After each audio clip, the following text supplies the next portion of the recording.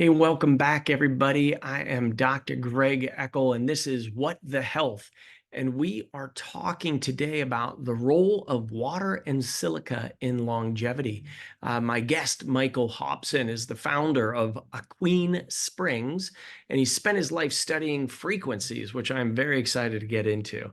First as a mathematician, then as an economics professor.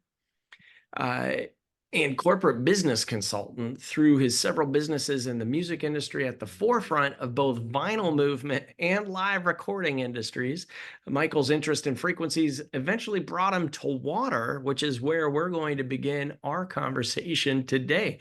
Welcome aboard, Michael. Oh, Greg, it's such a pleasure to be here with you today. Thanks. Well, so I mean, all of those things are very fascinating, and I'm hoping we can actually even touch on the vinyl and the live music because I love both of those things. But today, in particular, even more than those, we love water. And you have an intimate relationship with water, and in particular, in one area of the country. And I'm wondering if you want to share that story on how that diverse background brought you to water. Yeah, thanks. I think I think this is true of all of us. If we look back at some point and we say to ourselves, how does this all fit together? There's an aha moment. And for me, it was that everything vibrates. And once I recognized that everything vibrates and that in characterization of vibration is the notion of frequency and phase, a number of other related topics, that I came across this saying, actually a quote from Nikola Tesla, which I'm sure people have told you before, which is, if you want to understand the universe, think in terms of frequency, vibration, and energy. And I think I've screwed up the order, but it really doesn't matter because they're all related, right? And so my background has prepared me to find my way through the music business and its relationship and our relationship, really, which is what's interesting, to water. Because think about this, that right now in this segment, I could say that we are water speaking to water.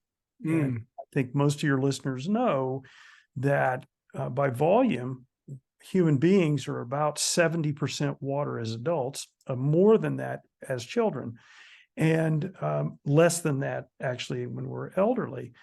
And molecularly, we're 99.999% water. So water is a crucial part of life. In fact, I would say it is the source of life. I love it. I mean, even thinking through around the cells in the exclusionary zone, water is a fascinating molecule in and of itself. And so really, how did you get, now you found a spring. You Yeah. found a spring. How did you come to find this spring? I didn't find it, it found me. I love that. That's really the story that I tell, and I mean it wholeheartedly, that for me, and I think other people find this to be true as well, that when you get to a point where you recognize that there is a reason that you're here and you embrace that reason, that you then become guided and that things find you as opposed to you finding them, or you're pointed in a direction. I tell people all the time that, I'm surrounded by books, and I'll just say to people that I've not read every single book that's in the background here. There's a lot more than that, but they are here for me to draw upon when needed. And what I mean by that is, when I ask for an answer for something, I'm guided to a book. Yeah. Unknowingly. And it's happened so many times, I chuckle at it now. I walk up and pick up a book and I open it to the page that has the piece of information that I need. I So love that. I love that. Yeah. It really can work that way. I like to say that the age of Sisyphus is over. We don't need to push the rock up the hill anymore. We could actually have a lot of grace and ease and flow Right. in allowing these things just to happen. Yes, So absolutely. I'm in full on agreement with you there. And it is that time, and more people are waking up to that possibility. And, with you speaking your truth and into that of, this is just what is happening for me and allowing it. Like that's a big part is just receiving it, which is awesome. Um, so not all water is created equal, is it? I think that's a very true statement. And for the longest time, people have thought that water was just, atomically an oxygen bound to two hydrogen atoms, and that's about it.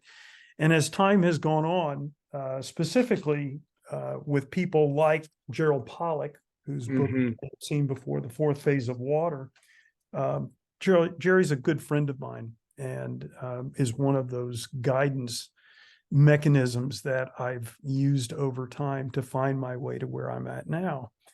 And yeah, so I think what happens is that water has this miraculous ability to change its structure. And in particular, it has an ability to change its structure around surfaces, what's called interfacial water. And so aside from the wonders that it does in the human body, which I'll talk about in just a second, it's probably the reason why boats float. Hmm. Okay. So the water around the hull of a boat is not the same as the water 5, 10, or 15 or 100 feet below that. So something special happens at interfaces. And in particular, in the body, in the human body, around macromolecules inside the cells, it forms a layer, which Pollack has coined an exclusion zone layer, or a layer of structure, a crystalline layer that allows macromolecules, microtubules as an example, to be able to communicate electrically and photonically with other macromolecules in the cell and between cells as well. So you can think of water as changing into or changing its structure to a crystalline one that allows for life effectively. Okay. And so that obviously is water that's very different from, the water in the tap or even the water in a bottle and so forth, which we could refer to as bulk water.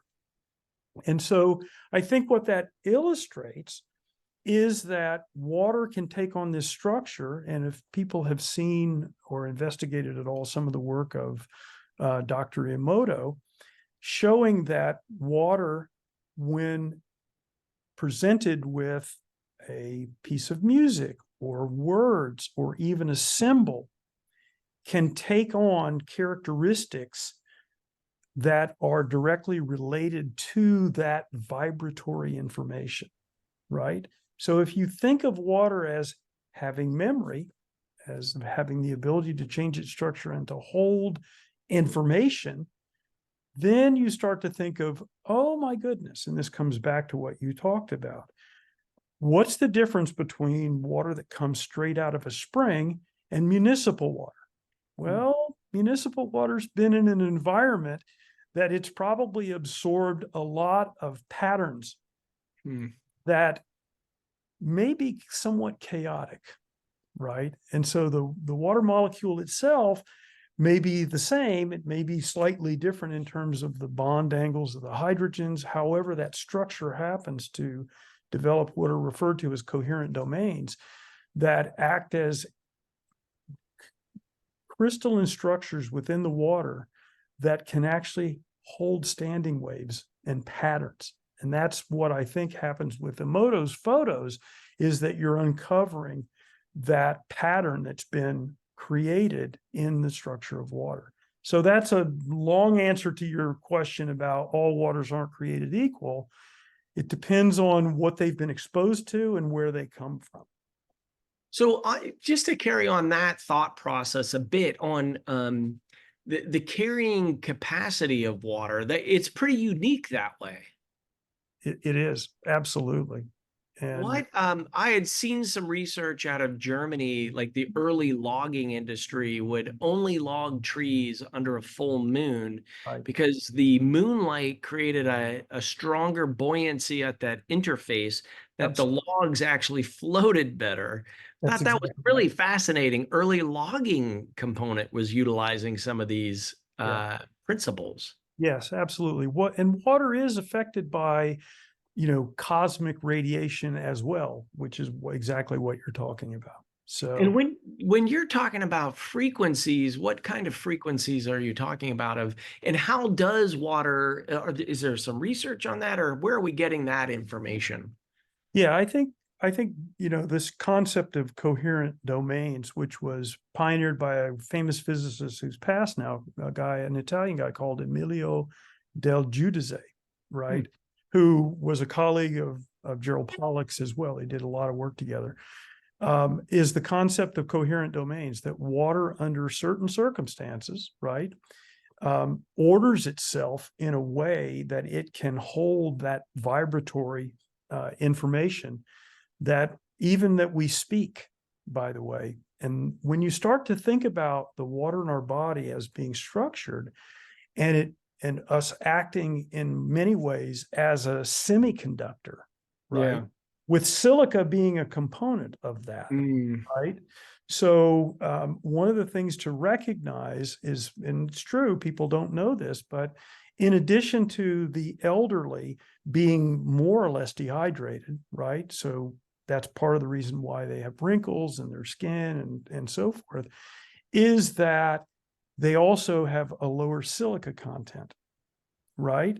And so if silica is important in terms of bones and teeth and hair and our extracellular matrix and blood flow and cardiovascular health and binding to aluminum to detoxify us of aluminum toxicity, starts to make some sense why we see a lot of the chronic inflammatory diseases, which we talked about earlier, occurring in old age. It's the accumulation, for example, of toxins, including aluminum. mm. And you don't have enough silica to bind to that to detoxify. And so, there we go. Speaking of that a bit, silica rich water, what is that? So silica, for people that don't know, is basically silica dioxide. Silicon is the actually is the element in the periodic table. But like hydrogen, we don't often find it on its own. In fact, I like to call silicon and hydrogen lonely bachelors. They like to pair up with something of the opposite sex, which is often oxygen. And so one thing to note, let me just back up a minute. The number one element in the Earth's crust is oxygen. Number two, silica. Number three, aluminum. Okay. Mm, So silica binds to oxygen to make silica dioxide, and also silica binds to aluminum. And as a way of us detoxing as human beings and animals, we excrete it by urine and sweat. Plants actually sequester aluminum that they absorb from the soil with silica to keep them from becoming inflamed as well. ah, Yeah. interesting. Yeah. The I when I hear silica, I think about horsetail a lot. Yeah. It's a Yeah. very silica rich plant. Absolutely. Um, how does deuterium depleted water fit this picture? Yeah. So this is an interesting subject, and I would suggest to you that it falls into the same area as pH, right? Okay. And I don't mean that they're related. Yeah. In fact, they, according to the research, they are, but not directly in the way you think. What I mean by that is that if you ask someone, should I be drinking water that is alkaline, right? So above pH 7. And the answer is, well, maybe. It's not clear, but there's a lot of effort put into that world of alkaline water and so forth.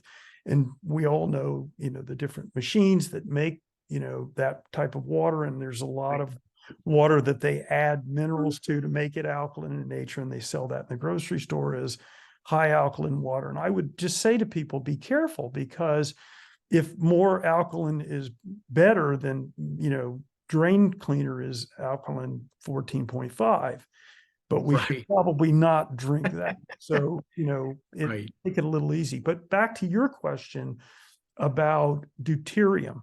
So deuterium, it turns out, is, well, it's thought to be related to hydrogen, so that it's a little heavier, right? It's deuterium in water is makes heavy water.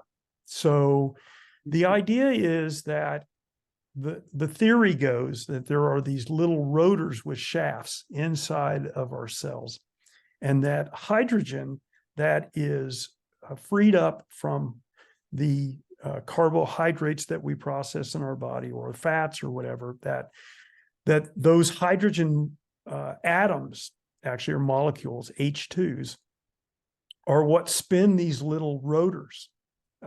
And that deuterium is got an extra neutron, and so it's bigger, and it jams up the rotors. And so the microtubules are not able to make, or we're not able to make energy as sufficiently in the cells. That's the theory. Okay, I'm All right. explaining it. I'm not Yeah. advocating it.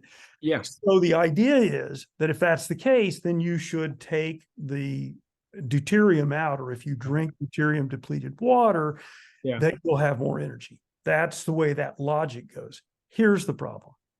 I've never seen those rotors and shafts inside of a cell, and I suspect you haven't. And even No. people that have this theory haven't any evidence of that as well. I'm not disputing it in any way, Right. but you asked the question, so I've explained it Yep. way, right? So it turns out that a Queen Springs water is naturally deuterium depleted, right? Relative to seawater, which is what everything is gauged off of.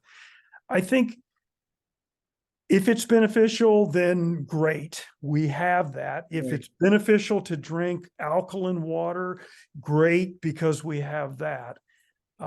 I personally believe that the water that comes from this sacred spring in southern Idaho, not terribly far from you, is a source of primary water, where primary water is water that's made in the Earth's crust, that's never been in the hydrologic cycle.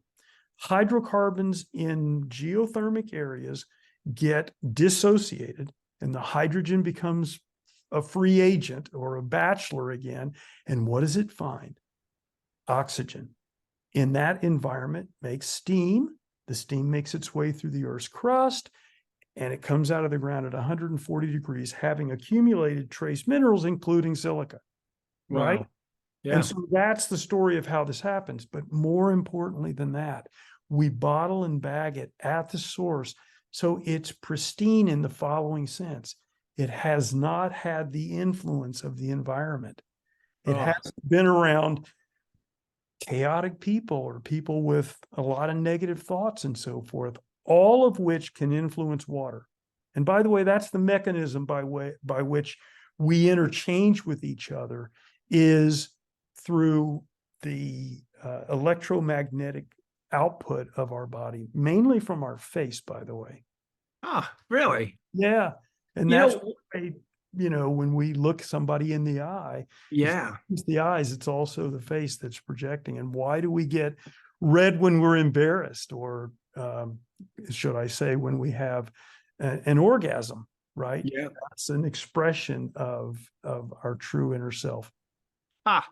The I always thought of, when you think about municipal water, and most bodies of water have contamination with pharmaceutical medications now, right? Because so many people are on them, they're urinating them out, That's correct.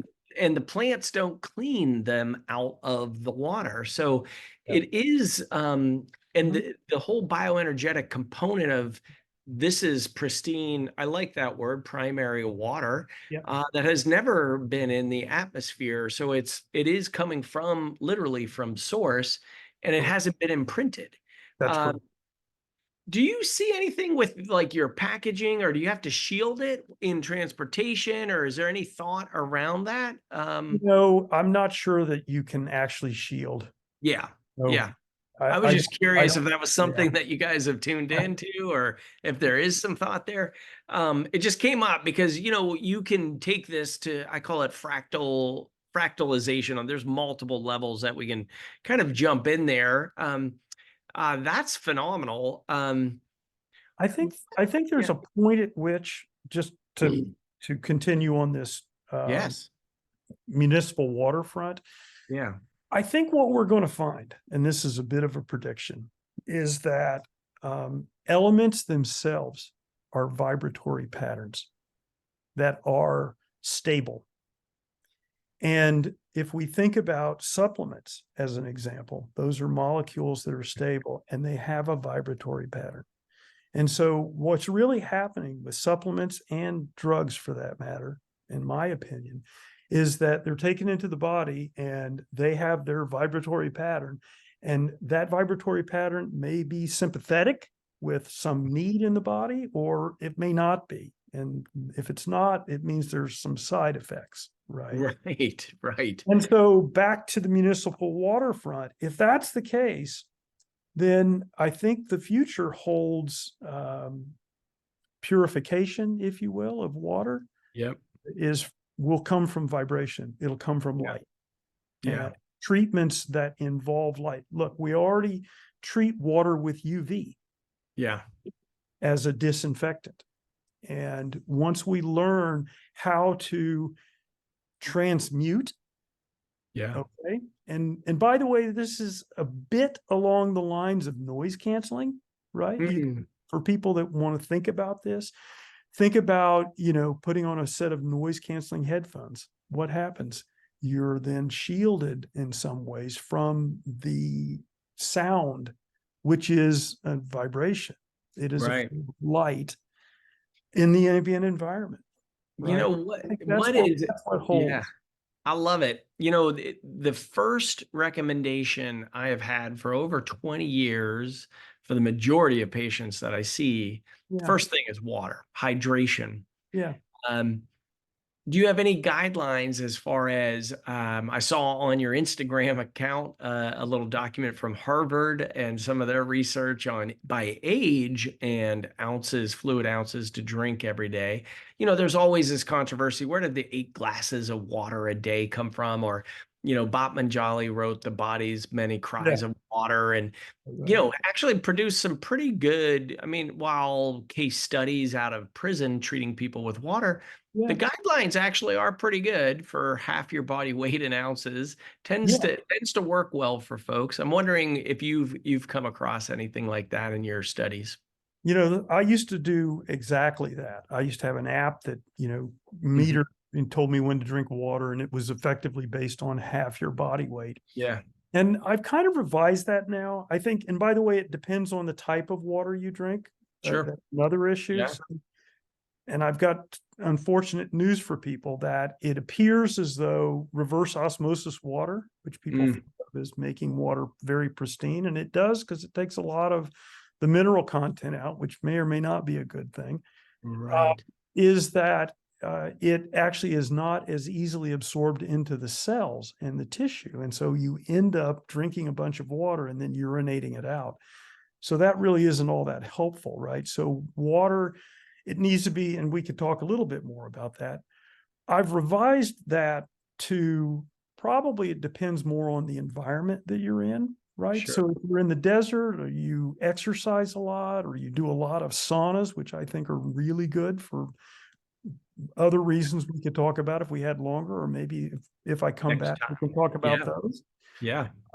Is I think as important. So rough rule of thumb now is probably a liter minimum, probably a couple of liters on average, and then more than that depending on the circumstances, the environment.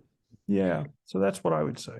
Awesome. Thank you for that. We definitely we have so much more to talk about. I'm wondering, there's one piece of this puzzle. Well, you're talking about the three most common elements on Earth, Yeah. and there was one component that piqued my interest is what is the aluminum age and why do we want to know about that? Well, Dr. Exley Mm, has characterized this in a book called The Aluminum Age. And it's really about all the sources of aluminum around us, even in food, for example, and in water and in the environment. Let us never forget that we are in an environment that's filled with all sorts of particulate matter, right? Not the least of which is pollution, but it includes all of the effluents from all of the manufacturing and mm, so forth. And we breathe all that in, right? We cook in aluminum pans, and there's just a lot of aluminum that comes into our body. And if we don't have enough silica to bind to that, so where does silica come from? Well, it's in plants mainly. So if you eat a lot of plants and vegetables and fruit, now you have a lot of source of natural silica, which is bioavailable, not as bioavailable as in water. So mm. I would urge people to eat, which is what everybody knows already, to eat a lot of fruits and vegetables and to drink water that has a high silica content in it Awesome. to Thank you. help ward off or even, I think, reverse the circumstances around chronic inflammatory diseases, which we've already mentioned. And we see that everywhere. It is kind of the pat answer. I always joke with folks of eat your vegetables, Yeah. and prescribing that as the naturopathic doctor on the Zoom line. Um, and and this is another case in point as to why that's beneficial for you. Michael, it's so fascinating, so much more to talk about. I'm Yeah. wondering on today's show, we're going to put in the show notes how to connect, how to actually get the water from you as well, Yeah. and we'll get that going. And I think any we have an offer for your folks as well, right? That yes, if yes, they come to our website, which is Queen Springs, AQUENE Springs.com. By the yeah, way, a queen means peace and tranquility. lovely. So during checkout, if you put, and I think it's WTH, is that right? What Yeah, the, what the health? WTH 10, the number 10, All right, a 10% discount. So, awesome. Check out with that. Awesome. Um, any last closing words for our viewers and listeners? yeah, I want to tease people with something that hopefully will have you invite me back to give more details on it. So, I've already set the stage for water being able to hold patterns, being able to hold information, being able to hold intention. So imagine a situation where you can take a glass of water and you can have a thought, a beautiful thought, a loving thought, and you can pass that thought to your heart. And then from your heart, you can speak that, because what is speech? What are words? What is, when we speak, it is a vibratory version of our thoughts or our intentions. And if that water can then hold that intention, that vibratory pattern, you can actually drink that and communicate directly with your cells and with your body. And you can use that to manifest, you can use it to heal. Ah, I love it. More love in the world. Michael Hobson of the Queen Springs. Thank you so much for coming on What the Health. Folks, if you like today's show, please go out there, give us a 5-star review, and give some comments as to what you took home from this interview and share it because it can change a life. That's where it starts. It happens from here on out. So thanks for tuning in. We'll see you all soon. Thank you, Michael.